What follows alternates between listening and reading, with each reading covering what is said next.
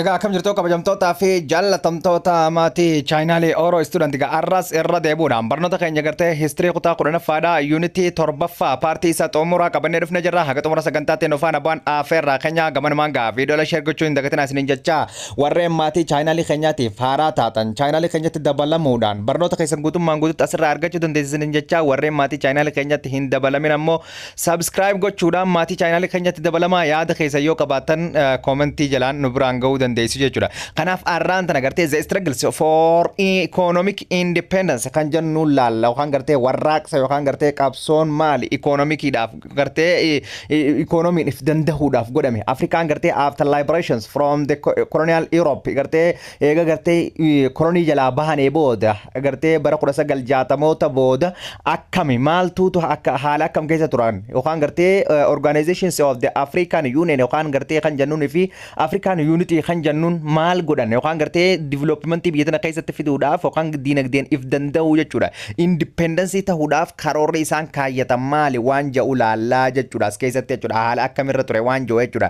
Kanaaf while the Africans achieved a substantial economic growth gartee argisiistee turte Afrikaan substantial economic growth yookaan bara 1965 hanga 74 tti jechuudha guddina hamma tokko argisiiftee turte. There has been a downward trends after that. Kana boodaan garuu ammoo guddinni kun guddina yookaan gartee downwardidha yookaan gartee substantial barbaachisummaa hangi tokkollee yoo jiraate guddinni kun gartee achievementiin isaa guddina milkaa'aa ta'uu hin dandeenye. There was a modest recovery in the second half in 19th century. Ammas deebitee walakkeessa jaarraa 19ffaa keessatti walakkeessa lammaffaa jaarraa 19ffaa keessatti jechuudha. Second half of the 19th century keessatti gartee recovery goote ammas diinagdeen Afrikaadhaa jechuudha. But not ta'ullee garuu diinagdeen isin recovery goote kun enough gahaadhaa miti to translating into the meaningful increasing the per capita income galiin nama dhuunfaadhaa yookaan gartee hin dabalamne akkasumatti or reduction gartee reductions of the in poverty yookaan hiyyummaa biyya tana keessaa xiqqeessuu yookaan dhabamsiisuu beela dhabamsiisuu yookaan galiin nama tokkaa per capita incomein wanni inni argatu guddachuu hin dandeenye. Kanaaf gartee guddinni isin argamsiiste guddina yookaan gartee guddina gahaadhaa miti jechuudha. Kanaaf the GDP growth has a barely kept peace within the high rate population growth dha. Kanaaf maal jenna jechuudha GDP'n ummanni GDP growing has a barely kept in peace within the high rate of the population growth. Balance waliin godha jechuudha. Kanarratti jechuun keep yookaan gartee sadarkaan diinagdeen ittiin guddattuu fi sadarkaan baay'inni uummata Afrikaa ittiin guddatu yookaan gartee imbalance kan ta'edha. Wal qixaa miti. Sadarkaa uummanni dachaadhaan guddata ta'a jechuudha. Dachaadhaan guddata. Kanaaf gartee diinagdeen baay'ina uummataa guddataa jiru madaaluu hin dandeessu. Kanaaf gartee achievement is maintaining the reasonably real growth rate thus is remains a major challenge of the sub-Saharan Africans jechuudha. Kana jechuun achievement yookaan gartee gumaachi yookaan argame yookaan gartee taasifame maintaining reasonably real growth yookaan gartee real growth rate of the remaining the major challenge of the sub-Saharan gartee gumaachi guddinni argamee ture kun yookaan gartee walakkeessa second half of the 19th century keessatti guddinni gartee diinagdeedha Afrikaa keessatti argamullee achievement kun maintain godhuu hin dandeenye. Reasonably real growth yookaan gartee GDP yookaan real growth yookaan the amount of the production kan jennu jechuudha. Nominal yoo hin taane real growth guddisuu hin dandeenye. Thus is remains a major challenge ta'ee ture hanga gartee sub-Saharan Africa especially keessattuu biyyoota Saharaa gadii keessatti real growth yookaan gartee GDP'n dhugaa kan jennuun jechuudha. Maal jechuudha? Production irratti hundaa jechuudha. Amount of the outputiin hin guddanne jechuudha. Kanaaf gartee guddina sirriitii miti jechuudha. The two of the principal factors that is adversely affecting the African development in the 18th and the 19th have been the international debts and the drought. Yookaan gartee the two major challenge of the African development kan jennuun jira jechuudha. Bara 1980 hanga especially Ethiopia keessatti jechuudha during the reigns of the Derg kan jennuun jechuudha. Kana jechuun akka boqonnaa jaha keessatti ilaalletti jechuudha history irratti. Kanaaf rakkoon guddaan kan ture maali jechuudha rakkoon guddaan kan ture maali jechuudha liqii biyyoota alaatii fi debtiidhaa fi akkasumatti dirootiidhaatiitu yeroo kanatti Afrikaa challenge godhaa ture. Kanaatiitu guddinni akka hin guddanne godhe. At root of problems yookaan gartee rakkoo bu'uuraati are the continue adversing the terms of the trades akkasumatti gartee at root of the problems at continue adversing terms trade irratti illee dhiibbaa guddaa godhe jechuudha haalli kun. Since the 1960s bara 1960 irraa kaasee Africa's raw materials exports have a dropped in a price 10 or 20 times of compared to the manufactured import jennaan jechuudha. Kana jechuun bara 1960 irraa kaasee African raw material yookaan gartee meeshaawwan dheedhiin jechuudha export kan ta'an kan gara biyya alaatti ergaman have dropped dhaabbatee ture yookaan gartee in the price gartee in price 10 or 20 times compared to manufactured import gartee dachaa gartee laal wanti is asii alatti erginu wanta achi galchinu wanti achi galchinu wanta asii alatti erginu caala dachaa meeqaan kan itti deebuudha jechuudha dropped kan ta'e jechuudha. Kanaaf maal jechuudha hogguu cufa wanni Afrikaa keessatti rakkoo ta'e jechuudha the imbalance between the imbalance between export and import jennaan jechuudha. Kanaaf the negative yookaan trade deficiency keessa jirra nuti yeroo mara exporting keenya guddaa miti. Kanaaf gartee wanta alaa galchinu guddaadha. Kanaaf maallaqni keenya kaalatti bahu malee wanti alatti erginee gurgurannee maallaqa guddaa galchinu hin jiru waan taateef jechuudha. Kanaaf rakkoo tahee ture jechuudha. Manufacturing irrattis the running out of the foreign exchanges governments have had to turn to MIF jechuudha dhaabbata maallaqa jechuudha fandii maallaqa addunyaa kan jennu jechuudha IMF or the emergency foreign exchanges and for further alone to helping pay the interest on loans that is were already too large for them to pay off jennaani jechuudha. Kana jechuun running out of the foreign exchanges kan jennu jechuudha. Foreign exchange jechuun when the one country currencies exchange within the another country currencies jennaan isa kanaan jechuudha. Maallaqa sharafa biyya takkaa maallaqa biyya tokko wajjin wal jijjiiruu jechuudha. Kanaaf running out of the foreign exchange governments have had a turn to IMF force emergency of the foreign exchange and the further allowance helps to paying the interest on islands that is were already too large for them to pay off lal wanti gartee fandii maallaqa addunyaa irraa furannu liqiin baay'inni liqiidhaan nuti furannu oomisha keenya wajjin waliin madalu. Kanaaf liqiin keenya liqiin IMF gartee yookaan gartee nu gargaaruudhaaf godhu further to allowance to help pay the interest on allowance gartee fadhii sanirraa akka gartee fadhii san waan oomisha maallaqa achirraa furanne saniin oomisha asitti gartee dalaynee waa takka mul'ifne industirii fi manufacturing jaarree liqii san lammata akka liqeeffanne gana nun godhu maallaqni isaan nukkannanis intarastii guddaadhaa wajjin nukkannanii nuuf liqeessanii dhala guddaadhaa wajjin nurraa fudhatanii liqimmaan isaan nukkannan sunu jechuudha nun jijjiirtu yookaan guddina biyya tanaa fiduu hin dandeessu jechuudha. Kanaaf the troubles is that the IMF and the associated the World Bank is financed by the Bank of the Development of the Capital Economics of the Western Europe and the USA jechuudha. Kanaaf jirtee the troubles is that is the IMF and associated yookaan gartee waldaan IMF yookaan and akkasumatti gartee World Banking are financed by the Bank of the Development of the Capitalist yookaan gartee warra Westerniti jechuudha and the USA jechuudha isaan lachuutu jechuudha. Kanaaf Westernidha malee Easternii miti kan Raashiyaati miti. There a priority of the reflected the interest of the capitalist West which is still regarded Africans primarily as the source of the raw materials for the developed industry jennaan jechuudha. Kanaaf the priority of the reflected the interest of the capitalist West fadhinnaan yookaan gartee biyyoota warra Westernidha kan jennuun kanneen kapitalistii hordofan kana jalqaba fadhinnaan interestii isaan nurraa barbaadan maali which is still regarding the African primary source of the raw material yookaan yeroo hunda isaan waneen nurraa barbaadan meeshaawwan dheedhii yookaan galtee wantoota industry isaaniitiif gartee inputii ta'an nurraa fudhachuudhaaf akkasumatti gartee developed industry yookaan gartee industry isaanii guddisuudhaaf nu barbaadanii jechuudha wanni isaan nu nu liqeessaniif hariiroo nu wajjin uummataniif raw maateeriyaalii barbaaduuf jecha regional economic committees kan jennuun jira regional economic communities kan jennuun are established in different regions of the Africa jidduutti regional economic committee kun mee dinagdeen Afrikaadhaa kun haa fooyya'u hamma tokko gartee jaanii association yookaan akka waldaatti wajji daldaludhaaf yookaan wajji naggaduudhaaf regional economic association kana biyyoonni Afrikaadhaa hundeessan. The purpose of the regional economic association gartee faayidaan yookaan gartee bu'aan regional economic association dha facilitating the regional economic integrations yookaan gartee cimsuudha yookaan walitti dhufeenya hawaasa Afrikaadhaa between members of the individual regions and the through the wider African economic committee jennaan jechuudha.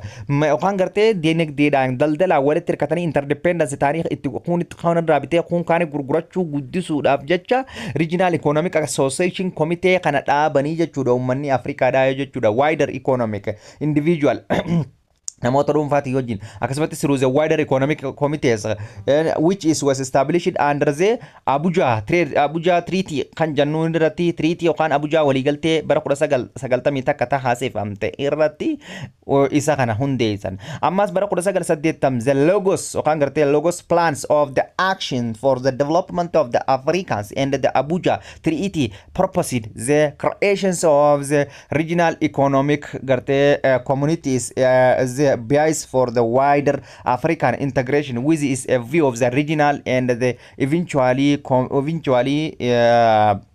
maal jennaan jechuudha eventually continental integration jaanii jechuudha continental integration yookaan gartee bara 1980 immoo logos plan kan jaanu fidan plana yookaan gartee plans of action plan kun kamal godhu for the development of the Africa guddina Afrikaatiif kan gartee gumaacha godhu the Abuja treaty purpose of the creations of the regional economic community of the bias for the wider African integrations maaliif hanqina yookaan gartee BIC yookaan regional economic integrations committee kun qabu kana support godhuudhaaf akka daranuu interdependence jidduu isaaniitti cimuu isa kana plana kana fidan bara kana 1980 jechuudha with the view of the regional and the eventually continue integration wal fudhannaa fi wajjin daldaluu biyyoota guddisuudhaaf jecha regional economic integrations regional economic committee kan jennuun kun jechuudha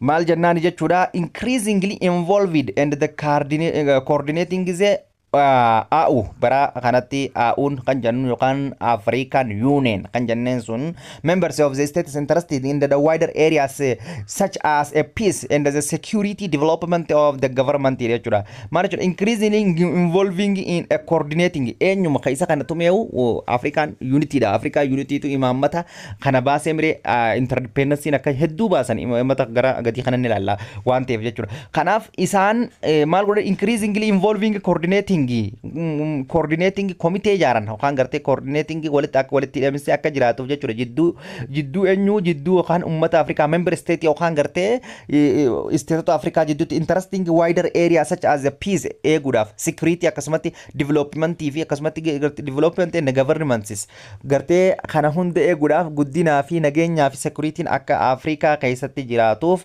gumaacha akka godhus taasisanii jiru jechuudha. The major regional economic committees kan jennu jechuudha dinagdee irratti mee economy irratti komitee adda addaa gareewwan yookaan tiimii adda addaa dinagdeen Afrikaa akka guddattuuf jedhanii kan isaan hundeessan kanneen kana kunoo common market for Eastern and the Southern Africa kan jennu jechuudha. Common market for Eastern komessa karaa gabaabaadhaan maal jennaan jechuudha. Komessa jennaan jechuudha. Common market for Eastern and the Southern Africa kan jennu jechuudha. Common market for Eastern and the Southern Africa kan jennu kana maal jennaan komessa kana hundeessan. Is a regional economic committees in Africa inni kunis within the 21 members memberoota yookaan biyyoota 20 takka miseensota kan gartee komitee dinagdee Afrikaa guddisu ta'e miseensota 20 fi meeqa qaba jechuudha 21 qaba no 20 takka qaba jechuudha kanaaf states and the stretched from the Tunisia irraa eegalee akkasumas Switzerland hanga Switzerland jechuudha biyyoota as jidduu jiran COMESA was formed and declared bara 1994 replacing the preferential trades and the area which is had existing since in the bara 1980 takka irraa kaasee kan jiru daldala jidduu biyyoota kanaa jiru guddisuudhaaf jecha organizations of the African Union isa kana hundeessee jechuudha kanaafuu yeroo kanatti maaliif AU'n yookaan African Unity bara 2000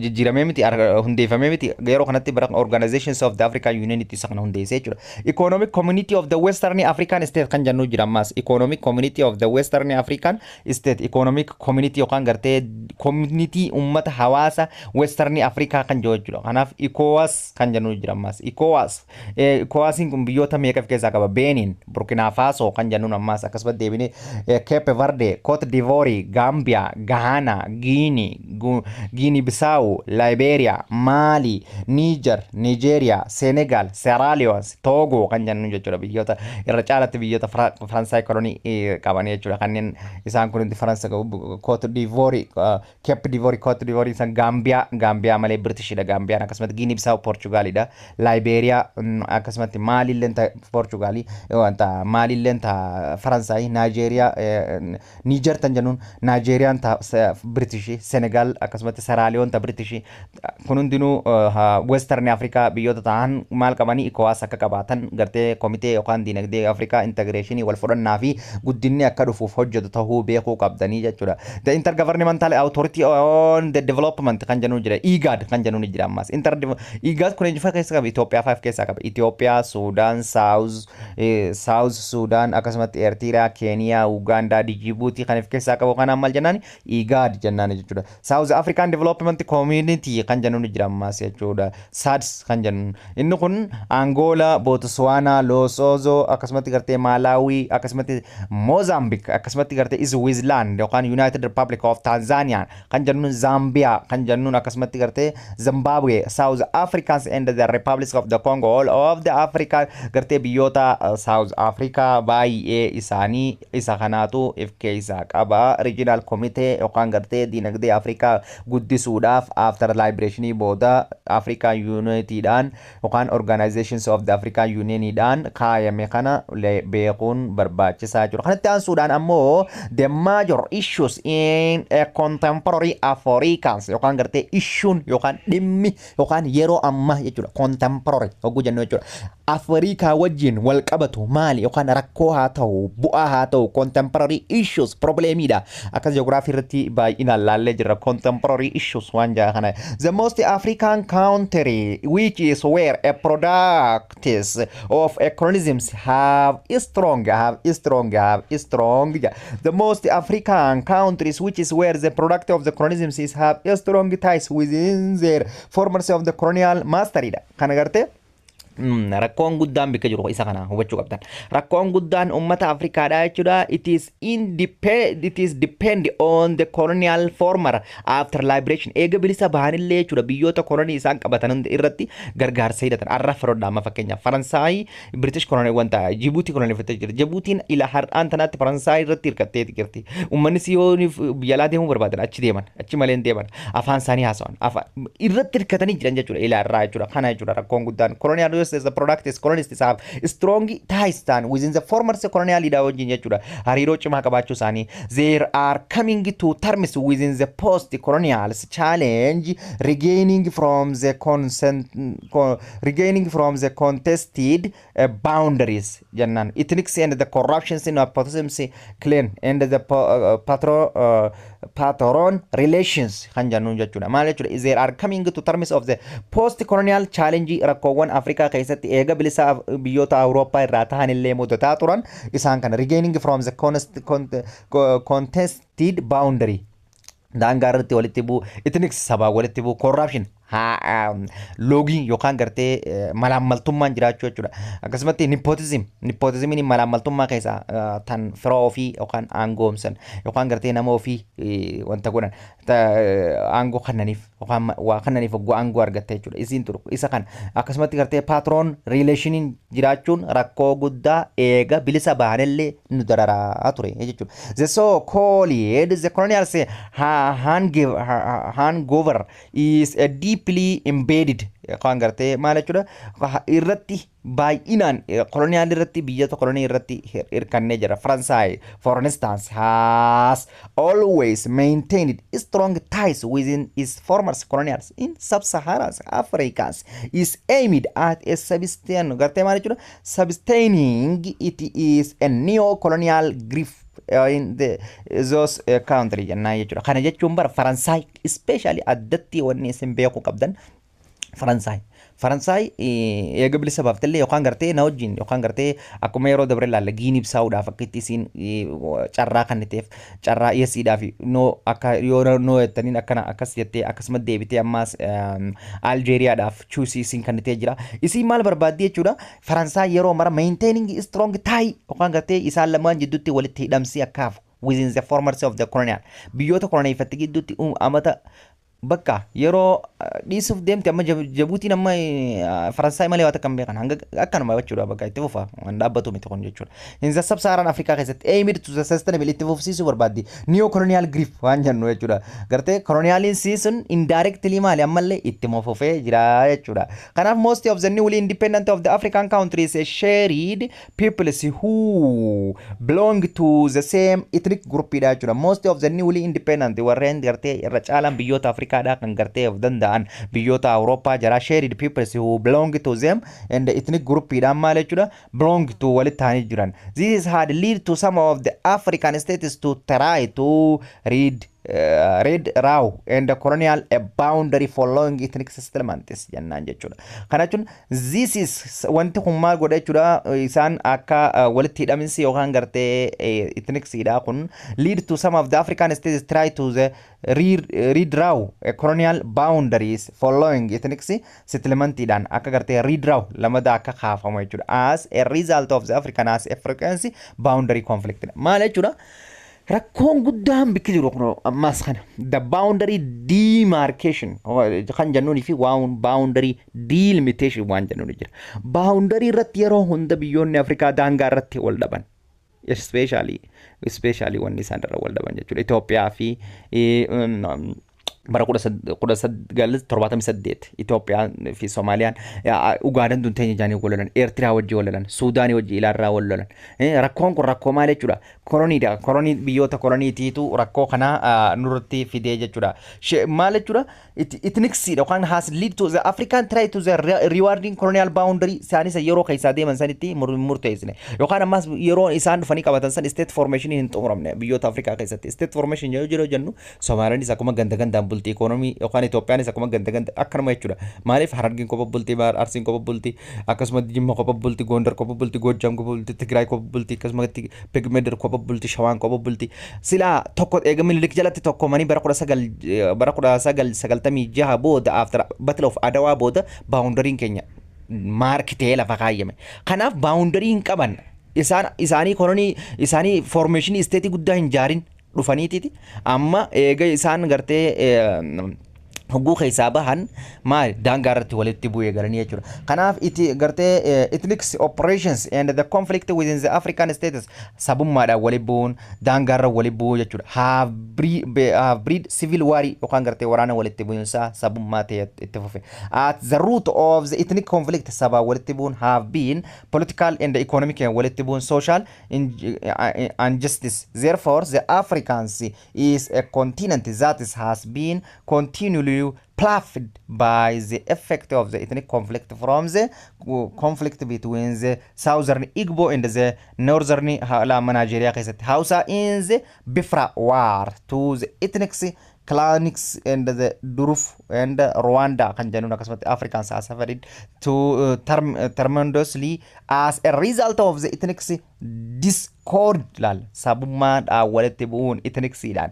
Therefore the Afrikaa keessatti keessaafuu rakkoo diinagdee hawaasummaa nageenya kan uummataa ta'ee ture jechuudha. Fakkeenyaaf jechuudha continued that had been continually plaf qonna irratti jechuudha qonna jechuudha plaf that's affecting the ethnic conflicting kan godhee ture jechuudha from the conflict between the Southern Igbo kan jennuun Hausaa keessatti wanta Nigeria keessatti Southern Igbo fi Northern Hausaa Nigeria keessatti walitti bu'uun bifraa waarsituu ethnicsi cleansing in Darfur keessatti walitti bu'u kan jennuun akkasumas Rwanda keessatti walitti bu'uun Africans was severed gartee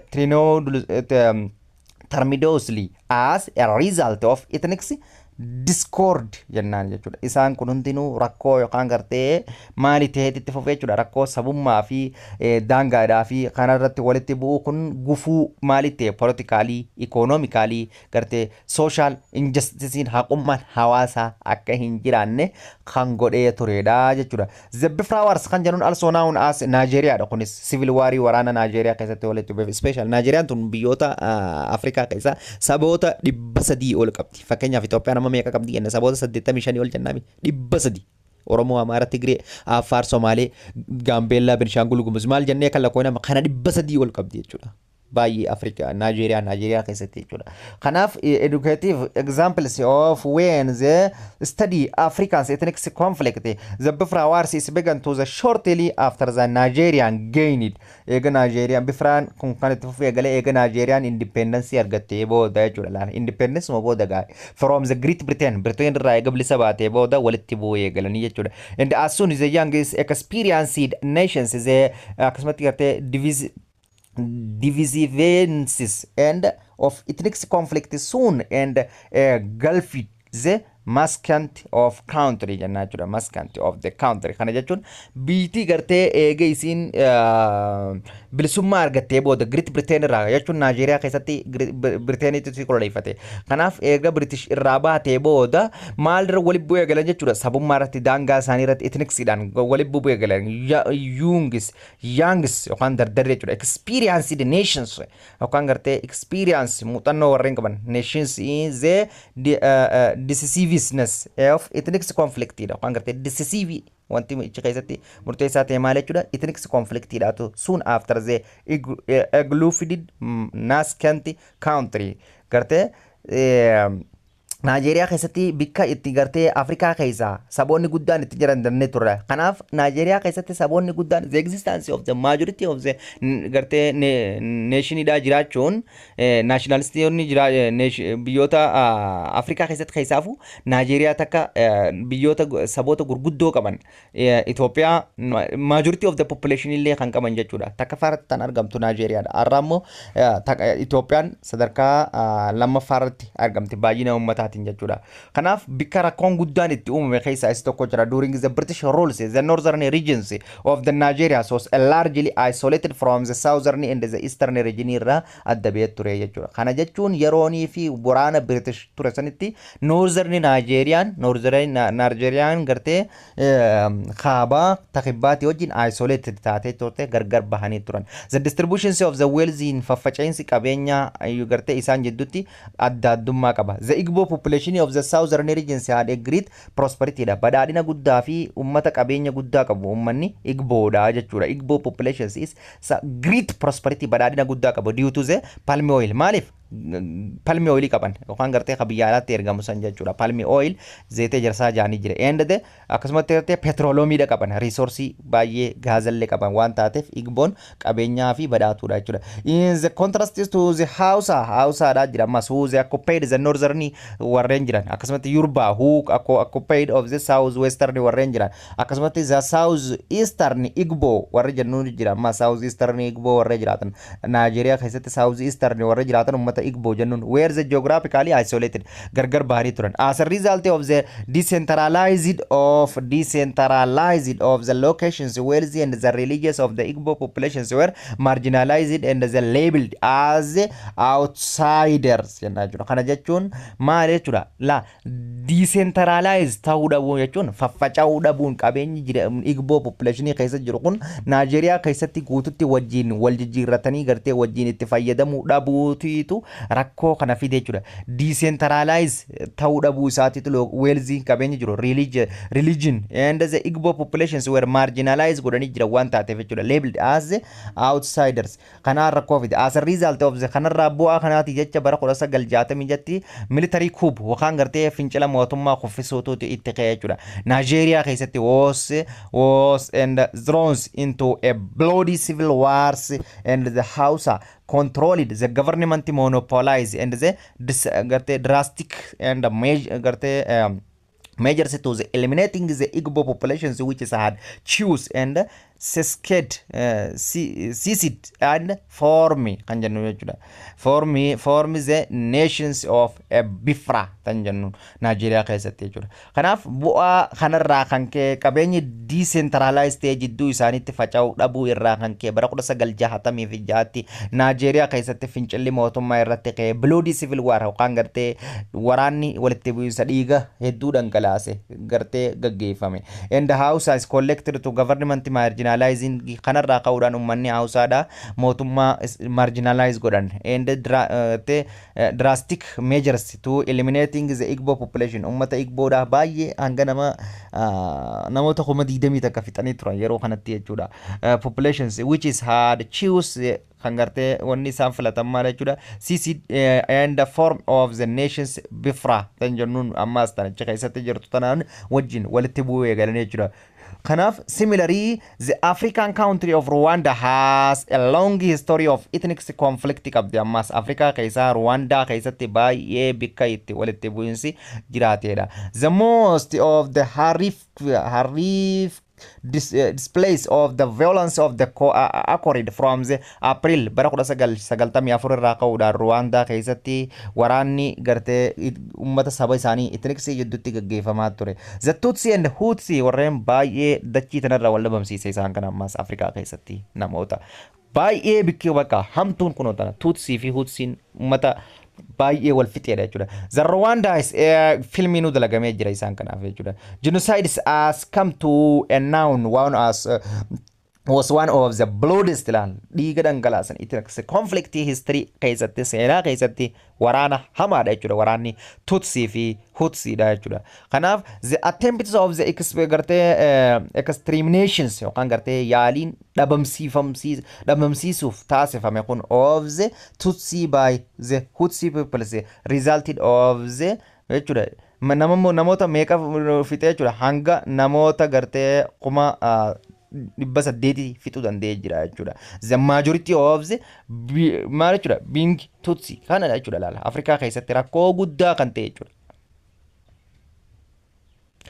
Rakkoo guddaa kan ta'e kana jechuudha Afrikaa keessatti sorry. Kanaaf namoota hanga kuma dhibba saddeeti jechuudha nama xabaatii miti beekaa nama xabaatii miti namoota kuma dhibba saddeet Tutsi irraa fixee ture jechuudha Hutiin fixee jechuudha. Tutsi is by the Huti people dan okan Huti people as a result kanarraa ka'uudhaan deaths is by the majority being begun to Tutsin namota kuma dhibba saddeeti dhume jechuudha. Nigerian hamtuudha jechuudha. Kanaaf further the growth of the information is a listing the following the documentary produced by the BBC about the Rwanda genocide tides. However, could the Rwanda's genocide happens BBC Afaan Oromoo search goote yookaan linkii kana asirraa copy godhatanii akkana qaqqabtanii akkanatti wanta gootanii linkii kana copy gootanii eegas boodaan YouTube jalatti yookaan gartee Google jalatti search yoo goote siif dhufaa jechuudha information isa kana bal'inaan jechuudha. The poverty kan BBC Afaan Oromoo gabaase. The poverty was another problem of the rakkoon hiyyummaan jiraachuun Afrikaa keessatti rakkoo guddaan takka tana post-colonial period keessatti hiyyummaan nu jira eega bilisa baanallee. The extremely poverty hiyyummaa hamtuu jira. African has a major reason some of the which is a closely linkage the key cause of the poverty da Africa sababaan gartee rakkoo tana maali jennee olaalee jechuudha linkage qabdi wantoota walitti hidhamaniin cause of the African safeguarding is the millions of the sababa ummata baay'ina ummataatiitu isii fidee jira. Takka fara sababaan guddaan jiru jechuudha. The growth of the number of population is one of the challenge of the environmental degradations of the loss of the any yookaan gartee growth jechuudha. Kanaaf gartee baay'inni uummataa akkuma ji'oogiraafii irratti bal'inaan laalletti rakkoo guddaa addunyaati jechuudha. Kanaaf miskiinummaas kan nutti harkise namoota jechuudha. The population growth of the one of the African continent is a rapid despite the numerous of the preventations and the educations campaign jenna jechuudha. The ummanni Afrikaadha the growth of the Africans number of continentidhaan rapid saffisaan dabala. Double time means ani maal jechuudha. Saffisaan salpha dafeeti dachaadhaan guddata. Numerous of the preventations and the educations campaign maal jechuudha. Maal ammaas numerous of preventation barnootaan qaban waan taateef jechuudha. Preventaanii jiran jechuudha. There's development and there's success and the economic growth cannot keeping is a piece within this. Kanaaf developmentiin guddinni success and the economic growth guddinni diinagdeedha cannot keeping peace within this. Kanaaf baay'ina uummataa kanaa wajjin nagaan deemuu hin danda'u jechuudha. Balance waliin godhata conflict jira. Qabeenya resource irra waliin bu'u jira waan taateef jechuudha. In the other words gama biraatiin the first all of the rapid population growth is likely reduced per capita incomes growth and well-being which is tends in increasing poverty jennaan jechuudha. Wanni biraa the first all of the rapid population growth saffisaan dabaluu lakkoofsa baay'ina uummataa jechuudha is likely reduced per capita income galii namni tokko waggaadhaan yookaan dhuunfattee argatu san reduce godhanii xiqqeessa in growth of the well-being guddina jijjiirama fiduu hin danda'u which is tends to increasing poverty. Kana jechuun duuba eega namni tokko galiin inni argatu per capitaan isaa jechuudha xiqqaatee booda hiyyummaan akka dhufu guddatu increase ta'u godha. Second lammaffaa irratti the dense population pure uummanni miskiinni walgahee jiraachuun guddaan jiraachuun nations within the pressures on lands dhiibbaa lafarratti godha. Rapid population growth saffisaan dabaluun lakkoofsa baay'ina uummataa landless lafa dhabuutu lafa dhufa namni lafa dhabu lafti waliin geessu qabeenya waliin gahu mancaa'insa qabeenya bosonaa fida. Hence the incident of the poverty balaa yookaan gartee hiyyummaadhaaf fida. Finally the adverse effect of the rapid population growth saffisaan dabaluun lakkoofsa baay'ina uummataa kun xumura irratti children health daa'imman irratti gartee dhiibbaa fayyaa fida. Possibly on education barnoota barachuu irratti rakkoo guddaa jira. While likely increasing poverty saana kanarraa ka'uudhaan hiyyummaan baay'een dabaluu danda'a. And the next generation dhaloota dhufuu irratti rakkoo guddaatu uumamaa jechuudha. War and the crisis rakkoon biraa hiyyummaa akka Afrikaa keessatti jiraattu nu taasise wal dhabdee fi gartee fincila yookaan kan kaa'u crisis mormii gartee kaa'u jechuudha. Waraanaa fi mormiidha jechuudha. Kanaaf world 20th century of the world of the 20 war related the conflict in the barkuma lama afkuda saditi 11th along where the fought on the African continent all of the sub-Saharan Africans of the world 20 war related waraanni diidama akka addunyaatti and conflicting yookaan gartee walitti hidhaminsa kabara kona saditi biyyoonni kudhatta akka sub-Sahara Afrikaa walitti bu'an jechuudha. This is including the wars of the Sudan waraana Sudan South Sudan waraana South Sudan jechuudha. Ammas Somaliyaan Nigeria keessatti Mali keessatti Democratic Republic of Congo keessatti waraana ture jechuudha. Central African Republic keessatti in the crisis ture jechuudha. Kan hundinuu maal jechuudha rakkoo dinagdeen teenya akka hin guddannee fi hiyyummaa jalatti akka qancarru notasiseda. In the increasing of the agricultural productions you usually come to the standless many people feel or visibly expelled from their homes and are dependent on outside helps of poverty in Africa is increasing as a result of war generation. Kanarraa ka'uudhaan gaa biyyoonni hedduun kun gartee sababa gartee walitti bu'aniif rakkoon guddaan Afrikaa irratti hiyyummaa irratti ga'ee ture. Crisisiin regional jidduutti uumamu kun agricultural production oomisha qonnaa irratti rakkoo qaba. You usually comes to the stand still akka inni dhaabbateef danda'een jiraanne isa taasisa. Akka gartee Toretto yookaan many of the people is failing are the visibly expelled akka gartee buqqaaman from their home mana isaanii irraa akka gartee buqqaafaman and they are depending akka gartee outside helps gargaarsa yookaan aid biyya alaa irratti akka isaan hirkatan isaan taasisa. Poverty in Africa is increasingly as a result of war. Fakkeenyaaf Tigraay fudhadha maali kunis konfliktii rakkoo hiyyummaa aid irratti akka isaan hirmaataniif diinagdee Itoophiyaa irratti rakkoo guddaa godhe yeroo baay'ee kana biyyoota Afrikaa keessatti bakka konfliktii counter conflict kan jennu jechuudha deebi'ee walumatti bu'uudha jechuudha kanaaf reesoorsii irratti fi aangoo irratti jechuudha kanatti aansuudhaan climate condition rakkoo isaanii kanaatu jijjiirama qilleensaa fide jijjiiramni qilleensaa jiraachuunis biitti teenya akka hiyyummaa keessatti haftu kan nu godhedha jechuudha. The African continent has been the safeguarding more of the more for from climate change in the recent of the descentida.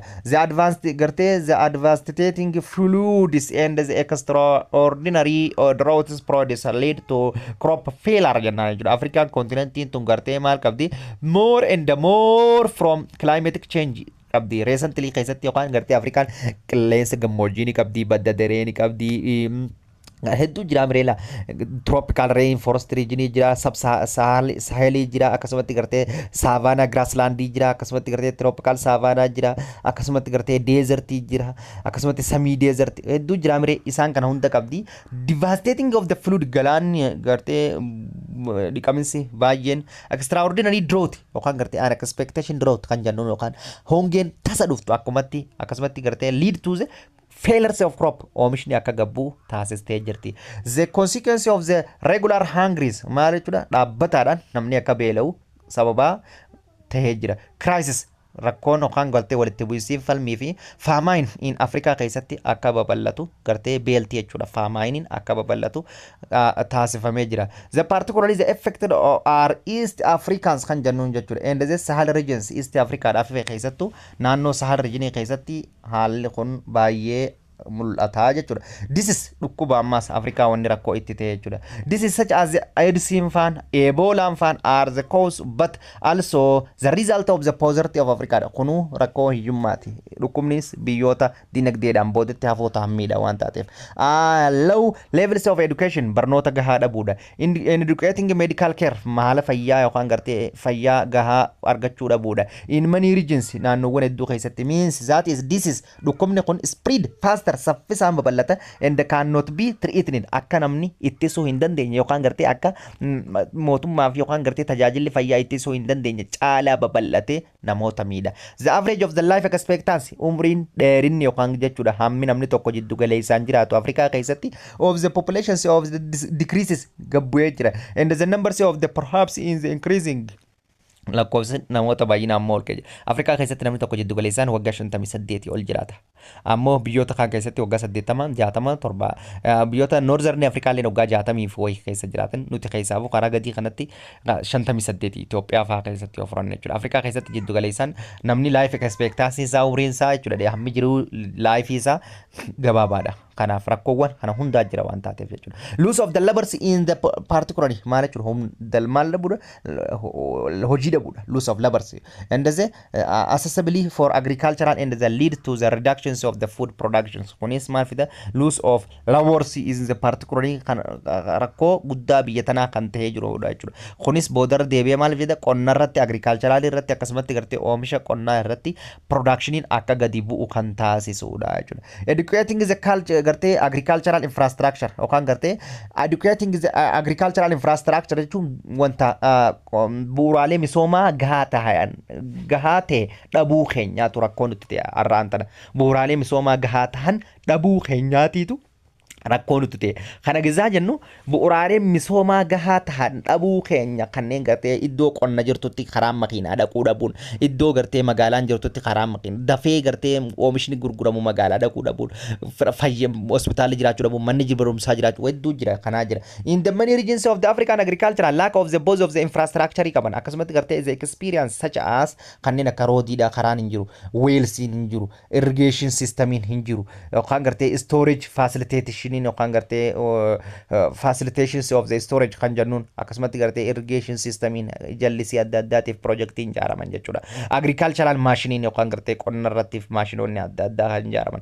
That is why to local self helping inni kun kan gargaaru importance yookaan gartee uummata biyya sanii local self important helping from the fighting poverty in Africa kan godhan kun hin jiranii jechuudha. Kan gartee silaa wantoonni poverty xiqqeessan qonnaa fi kan gartee misoomni bu'uuraaleen misoomaatis silaa wal qabachuu qaba waan taateef jechuudha. Kunis rakkoo ta'eetti fufe. Despite ta'ullee the negative impressions about Africans as an area of dictators and the despots, there are glimmers of hopes and the optimism jechuudha. Kanas despite ta'ullee negative impressions of about African haalli Afrikaan keessa jirtu negative yoo ta'ellee as areas of the dictators and the despots there are glimmers of hopes abdiin xiqqoo waan gara fuulduraa fa'aa dandeessi waan jaamu ni jira jechuudha. Kanaaf the past 2 decades have no doubt seen a state expansions of the frontiers of liberal democratic in Africa jechuudha. Yookaan waggaawwan lamaan dabran keessatti jechuudha. Past decades waggaawwan 20 dabran keessatti jechuudha.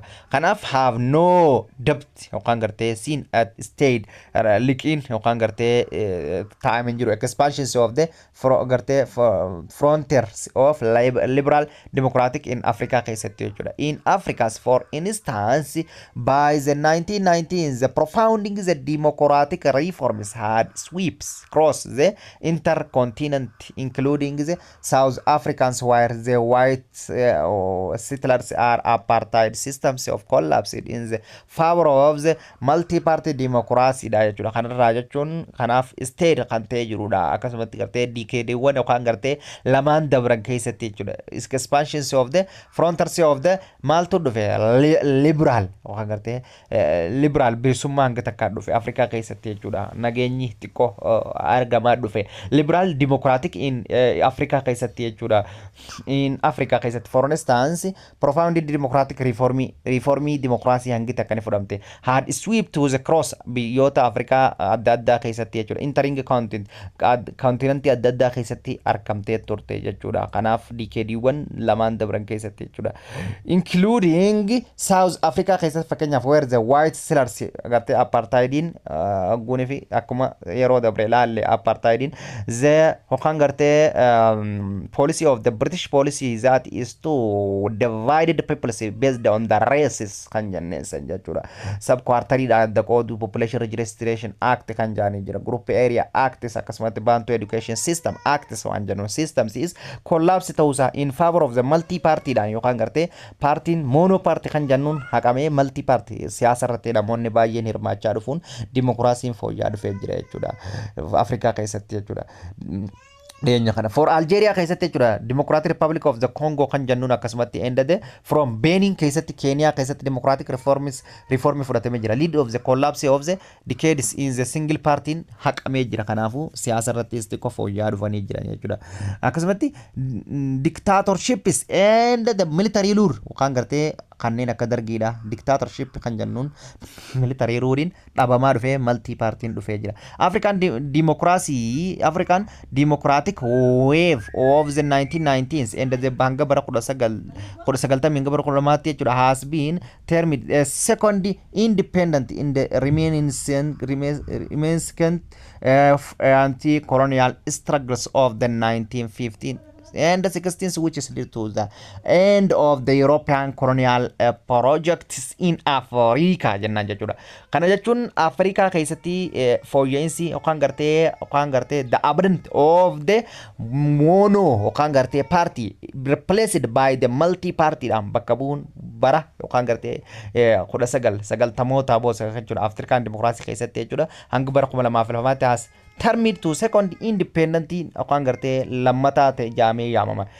Gartee reminiscent of anti-colonial struggle dhaaf kan fincilaa turan hanga bara 1960 fi 50 irraa hanga 60 which is lead to the end of the European colonist projectii Afrikaa keessaa kan qaban guutummaan guututti biyyoonni koloniidha Afrikaa keessa jiran projectiin isaan qaban anti-colonial struggle dha fincila yookaan gartee warraaqsa yookaan faallaa biyyoota kolonii irraa bilisa bahana jaanii liberation isaanii falmataniin maal ta'ee jira jechuudha koloniin yookaan Awurooppaan nurraa qabdu hanga bara 1950 especially kan barri itti jabaatee itti cime bara 1950 hanga 60 jidduutti indite waan koloniin Awurooppaan Afrikaa keessaa qabdu guutummaan guututti xumuramuu dandahee jira jechuudha. Kanatti aansuudhaan kan laallu yuunitiin itti aanu yuunitii torbaffaa saddeettaffaadha jechuudha. Yuunitii saddeettaffaa paartii itti aanu keessatti waliin laallaa. Thank you, I love you, isinin jaaladha. Yuunitii kana keessatti ammoo the post of the 19 during the reigns of the maal jennaani jechuudha. Kana keessatti jechuudha Federal Democratic Republic of the Ethiopia replaced by the place of the one party to replacing the many party bakka bu'uu waan jiru laallaa jechuudha. Thank you, I love you.